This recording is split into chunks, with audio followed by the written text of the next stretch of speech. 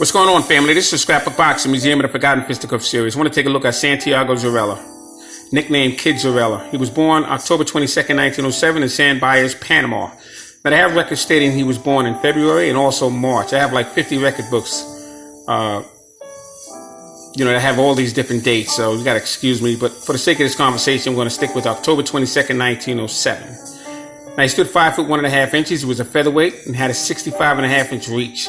He had total bouts of 136, 75 wins, 38 losses, 9 knockouts. He was stopped himself 11 different occasions, and we have 18 draws. Now, he was managed by Work Ross. He was from Kentucky. Very famous man at that time.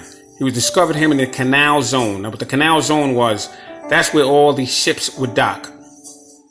And a lot of fighters at that time, they would store themselves away in the luggage department. He would travel about 2 weeks to get through the United States, but he did. And immediately he would begin his professional career. Now I'm going to briefly go through his career with you. He had 2 draws with young Walcott Jr., November 12, 1922 and March 4, 1923. He had 1 loss, 2 wins, and 1 draw with Pedro Amador. Fought on November 16, 1923 and December 2nd, 1923. Those were his victories. He had 2 losses with Kid Campbell, Central America Stadium, 3 wins with Kid Vinogro and Santa Pavilion, Panama City. If I can get a better shot here. He was in there with Johnny Farr, another good fighter. At that time, Johnny Farr had a career record of 48, 42, 15. Fought him December 10th, 1931, Public Hall, Cleveland Arena. He was in there with Fidel LaBarba twice. Now, Fidel LaBarba, he would lose to him, but Fidel LaBarba was a flyweight champion. And at that time, he had a fighting career record of 55, 10, and 7. He fought him November 27th, 1931 at the Legion Stadium in Hollywood. He was in there with Tony Falco, another good fighter, lost to him. He had a career record of 56, 8, and 3. Fought him January 30th, 1933 in Philadelphia Arena. He was in there with Wesley Ramsey, another good fighter, lost to him. He had a career record of 56, 8, and 3. Same record, as a matter of fact, as Tony Falco, ironically. And he fought on May 27th, 1932 in Grand Rapids, Michigan. He was in there with Eddie Shea, another good fighter, lost to him. 83, 23, 5 was his career record at that time. Fought him June 10th, 1932 at the Armory, Akron. He was in there with Lee Roberts. I'm going to show you him. He had a career record of 12, 5, and 3. Fought him November 18th, 1932 at Elk Spokes. He would defeat Lee Roberts. Very good win. He fought Doc Snell, lost to him. He had a career record of 76, 34, 29. And that was another good fight. He fought him November 25th, 1932 at Liberty Hall in Belgium. Now, July 27th and 1927, he fought Al Walker, another good fighter. 43, 31, and 39 was his career record at that time. He would defeat him. Tommy Morgan, good fighter, April 4th, 1926. 69, 15, and 21 was his career record. He would lose to him. April 14th, 1926, he would fight Battling Siki. He had a career record of 12, 11, and 9. I'm going to show you him. Fought him in Pasadena, California. Anikisa Fernando, that's how I pronounce his name. But he had a fighting career record of 17, 8, and 2. Fought him at the Olympic Auditorium, January 31st, 1928. Fought Frankie Click. Fought a lot of good fighters. Let me just show you some of these fighters. He was in there with Bud Taylor 4 different occasions. Bud Taylor, you know him. Very good fighter. He was a champion. So let me show you some of these fighters he was in there with.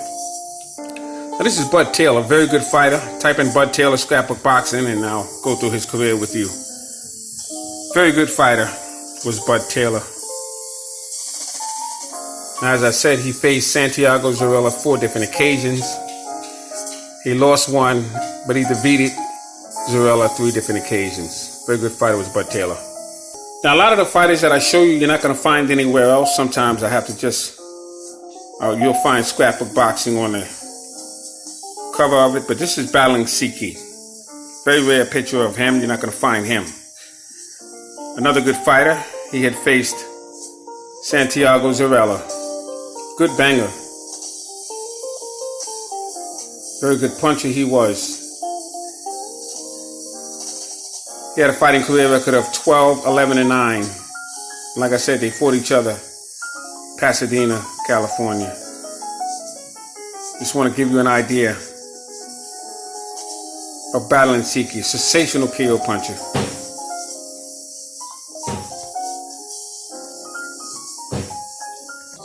He was in there with Kid Ponce, another good fighter.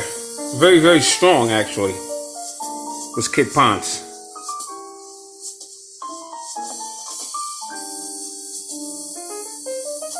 Once again, I'm showing you my personal collection of Kid Ponce. Was in there with Johnny Farr.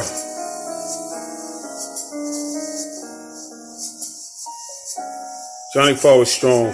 Very, very strong fighter was Johnny Farr.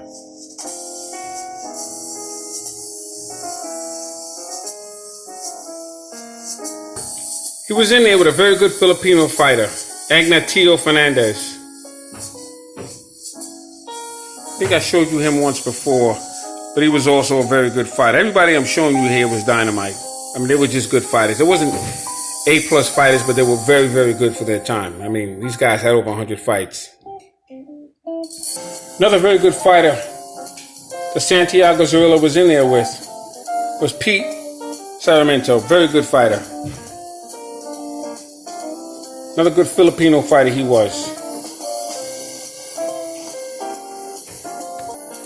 He was in there with Todd Morgan, who was a junior lightweight champion, 1929. Very good fighter he was. As you can see, he was out of Washington, D.C. I have profiles on everyone that I showed you. One day I'll get around to doing those. And I did promise you Frank Roberts. I have to apologize. That book is too high up. I just can't get to it right now. I'll show you Frank Roberts another time. But I just wanted to give you an idea of some of the opponents of Santiago Zorrilla. He was a very good fighter.